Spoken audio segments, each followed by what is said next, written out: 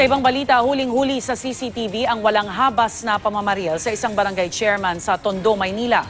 Nakatanggap daw ng death threat ang biktima, 3 buwan na ang nakakaraan. Narito ang unang balita ni Mav Gonzalez.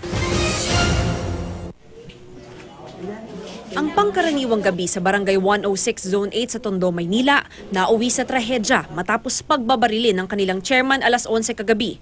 Makikita sa CCTV ang biktimang si Tito Caldosa Jr. na nakaputing t-shirt at sombrero.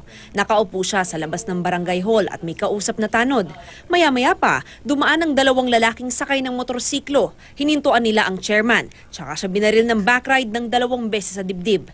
Tumakbo ang chairman at ang katabi niya, pero bumulagta na sa kalsada ang biktima. Gulat na lang kami maya-maya. Hindi ko rin napansin naman na may biglang dumating na sa harapan namin. Ayun na nga. Biglang may pumutok sa harapan namin.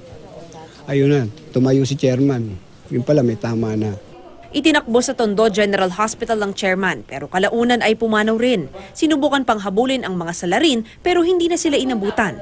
Naka-helmet at maskara raw ang mga sospek. Hindi naman naplakahan ang motorsiklo. Ayon sa misis ng biktima, may natanggap na death threat ang mister niya, 3 buwan na ang nakakaraan. Matagal na yung death threat na yun. Ngayon, sabi ko sa anak ko, pumunta ka. Ako ano yung death threat na yun. Sabi ng asawa ko, hayaan mo yan. Hindi mo yung death threat na yun. Wala naman ako atraso. Ba't ako magkakaroon ng death threat? Kasi nga nauna nga si Carpio, yung chairman doon. Sabi namin, ingat ka rin. Nakaaway raw dati ng biktima ang kapatid niya dahil sa bahay, pero nasa probinsya na raw ito, kaya imposibleng siya ang nasa likod ng pamamaril. Magkahalong takot at lungkot naman ang nararamdaman ng mga taga-barangay ngayon. Siyempre tatakot ka, ba't gano'n? Wala namang ano, biglang binaril lang si chairman. Wala man lang kadahilan, nakaupo lang, binaril. Wala namang problema kay chairman, mabait naman si chairman. Maluwag sa barangay namin. Ba't kailangan tirahin nila yan? Wala namang atraso yan. Mabait na tao yan. Napakabait niyan. Bahala ng Diyos sa kanya. Hindi naman natutulog ang Diyos eh.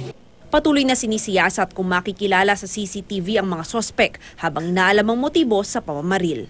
Ito ang unang balita sa Maynila. Mav Gonzalez reporting.